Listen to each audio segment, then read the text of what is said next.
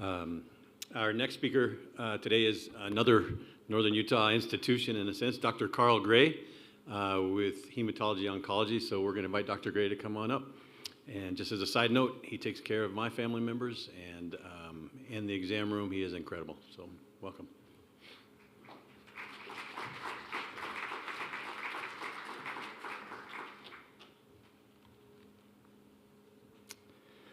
Good morning, everyone. Let me just get this on so I can.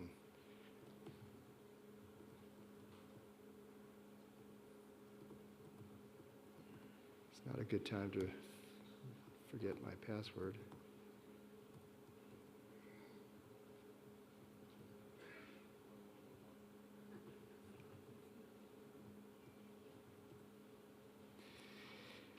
It's a pleasure to be here to visit with everyone. I've been in the community now for 20 years and have rubbed shoulders with many of you, and appreciate all that you do for the care of our patients and all that you teach me.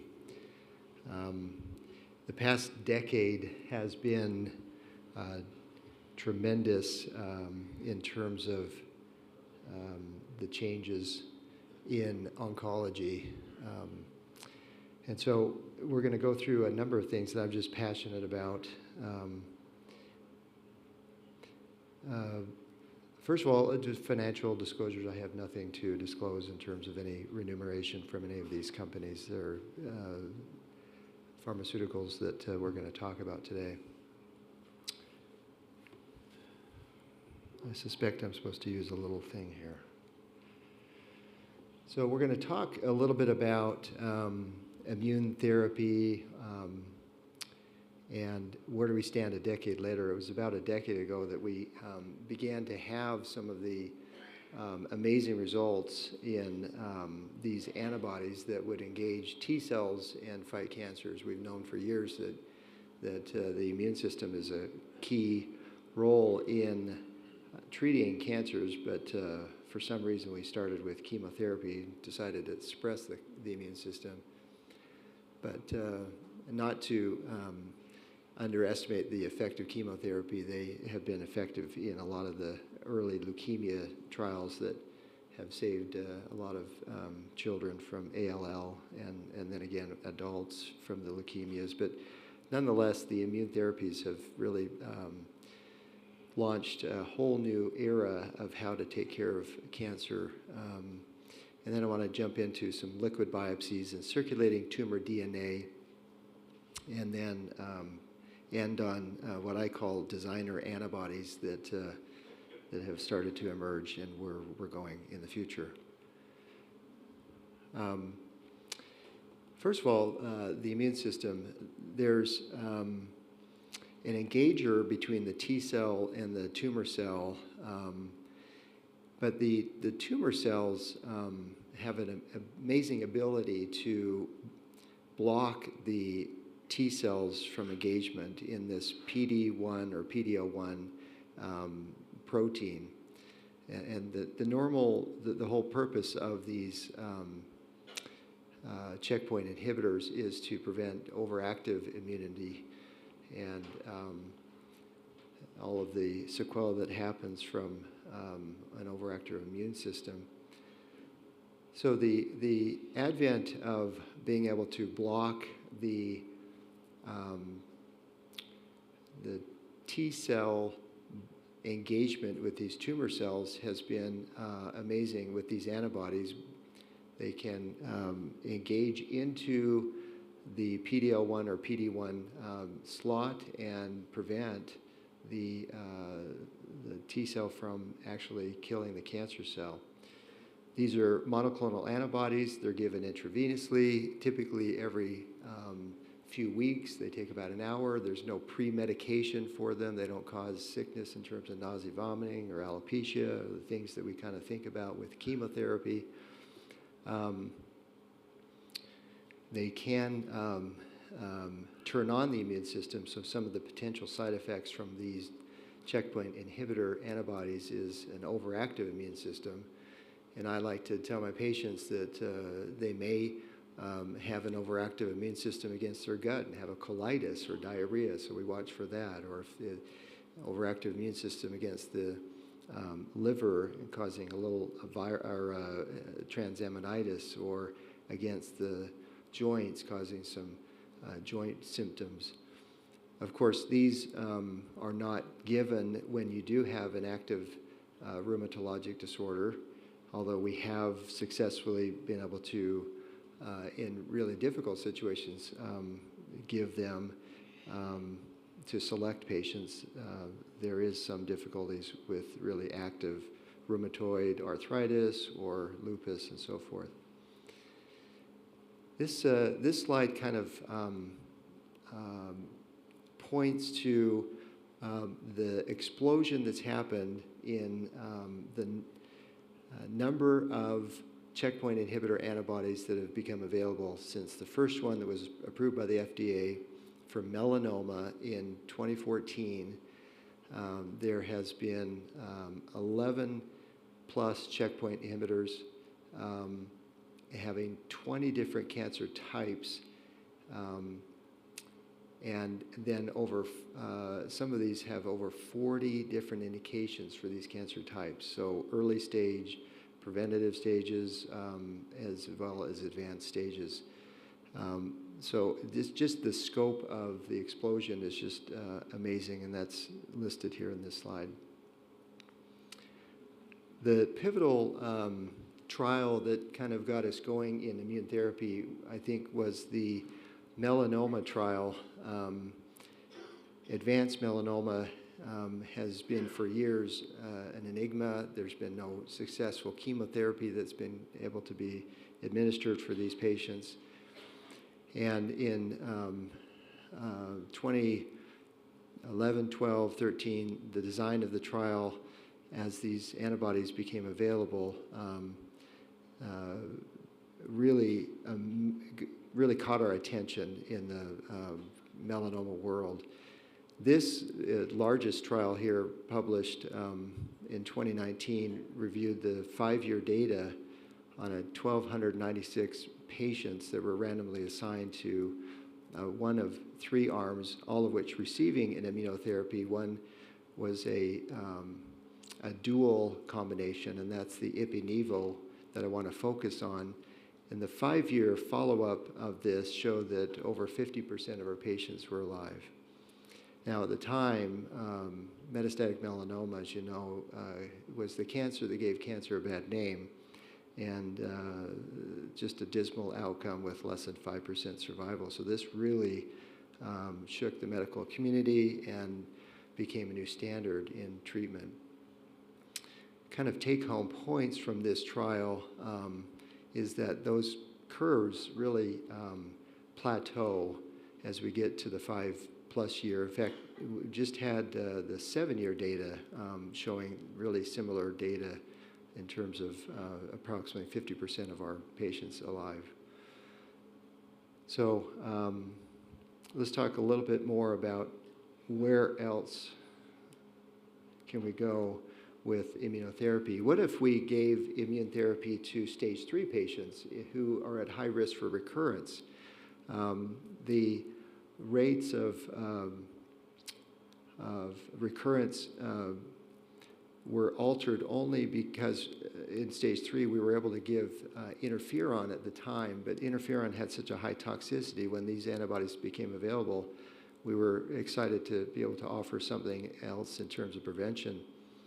So this large trial randomized patients between placebo and one of the antibodies, pembrolizumab, for 1 year after resection for stage 3 melanoma.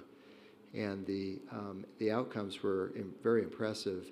At 2 years, there was a significant recurrence-free survival, and then the data on the lower slide has been updated at 5 years, so it's really continuing.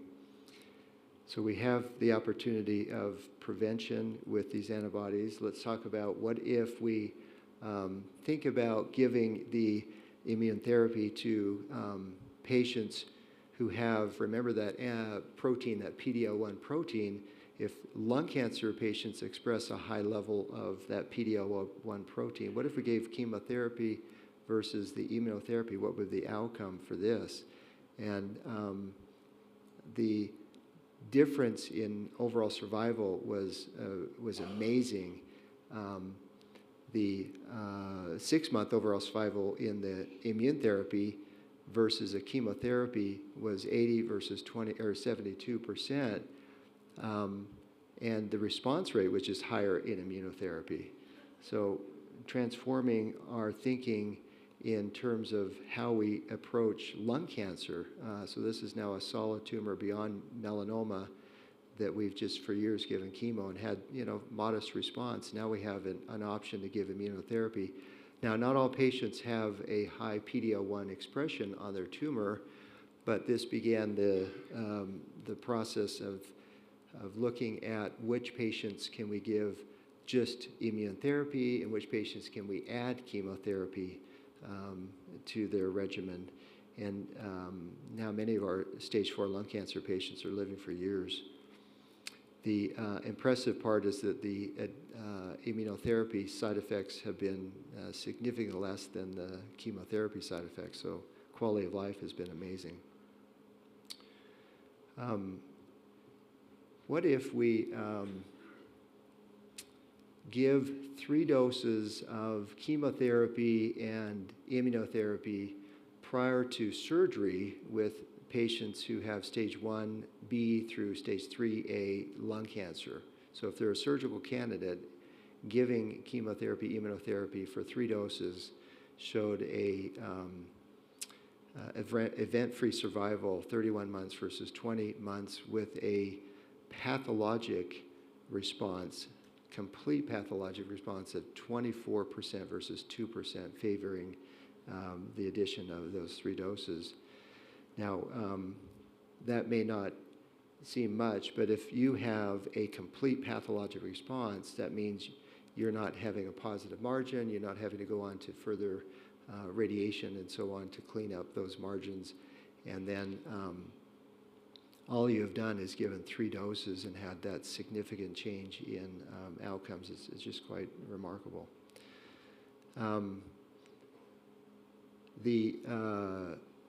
There was a real interest in esophageal cancer, and I don't have that slide in here because we didn't get the updated slides here, but nonetheless, I just wanted to throw in esophageal cancer.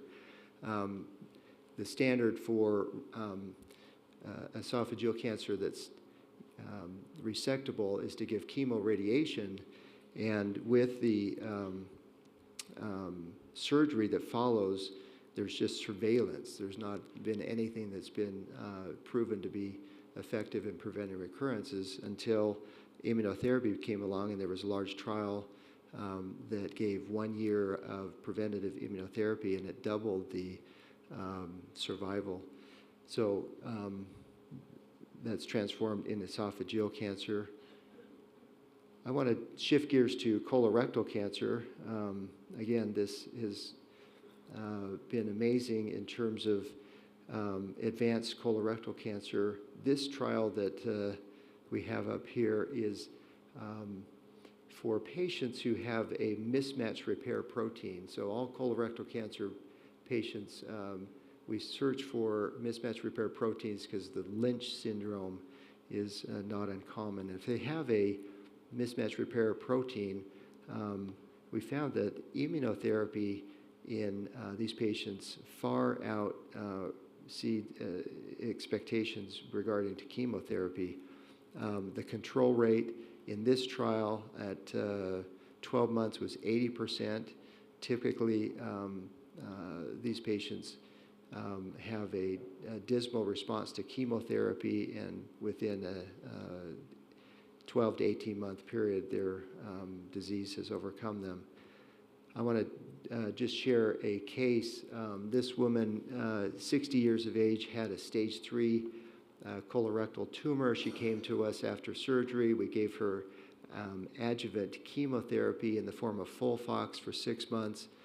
We finished in July of 2019, and if you'll notice the date on this trial, this was in 2018. she quickly turned metastatic, and her first CAT scan really was so shocking. This was right after adjuvant chemotherapy. So here we've given chemotherapy to clean up disease, and she's got metastatic disease that's developed in the face of chemotherapy. So we quickly shifted gears when we found that she had the microsatellite instability, or the mismatch repair protein, and we gave her full fury Avastin, which is the salvage chemotherapy. And in November of that year, we stopped that early because of disease progression. That's the bottom slide there, or CT image there. And then we're able to give her the immunotherapy because the FDA at that point was requiring 2 lines of prior immunotherapy, or chemotherapy prior to initiating immunotherapy. And by September of 2022, a year later, she had a complete response in terms of all of her liver metastasis, and she still remains on a dose of immunotherapy once a month to keep things into control. So we have just a multitude of cancers that are responding to immunotherapy. Let me shift gears to where we are with the science of blood testing.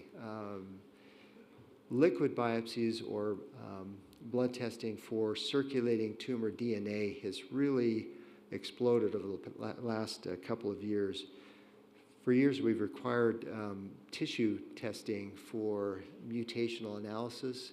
We've also had to require or use old biomarkers, but now we're in the mode of looking at the circulating DNA from these cancer cells. And the use starts in early intervention, either in diagnosing cancer, and you've probably heard about a few of the recent FDA approvals for colorectal blood testing, and now, of course, we've used some stool studies, but the blood testing is becoming more and more sensitive.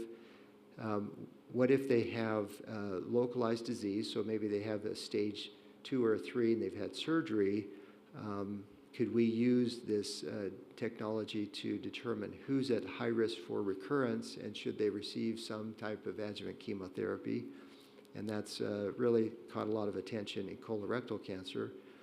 And then in metastatic disease, when we have for instance, lung cancer, we want to know sometimes what mutations these patients harbor, and the tissue is really quite limited sometimes. So we've been using that really successfully in lung cancer, early metastatic, to determine which treatment would be best, and I'll explain that in just a minute. But then refractory disease, if they're progressing on a particular treatment, what's the mutations that they're harboring now? Because the cancer cells do mutate.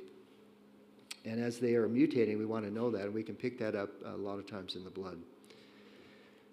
So lung cancer, now we want to know, in especially advanced lung cancer, we want to know what type it is. Is it an adenocarcinoma, squamous cell carcinoma? But once we know that, we are going to want to know this whole list of mutations that are out there, because there are very specific treatments. If they harbor an EGFR mutation, for instance, there's a specific treatment that's an oral tyrosine kinase inhibitor that we give to treat these patients. Or if they have an ALK mutation, the ALK mutations are one of the best mutations you can have in this case, where patients live for decades with some of these blockers.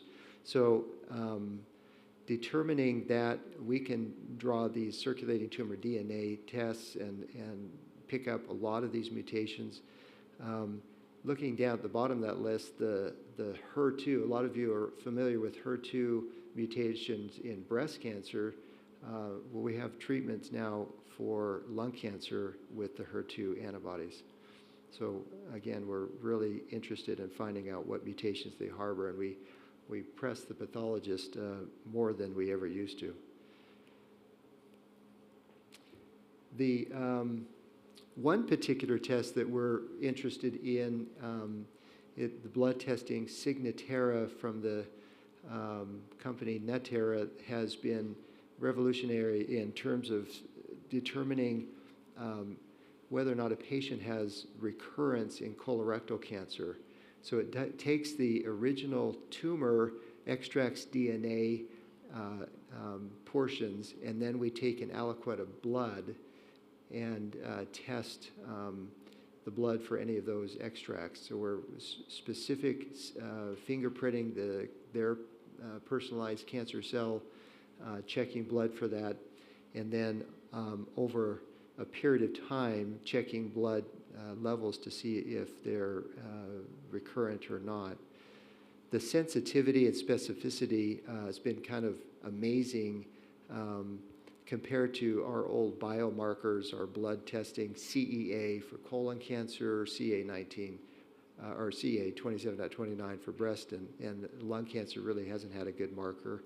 And bladder cancer, the specificity and sensitivity in lung cancer is 100% with these tests. So it's really quite sensitive in terms of picking up the recurrence.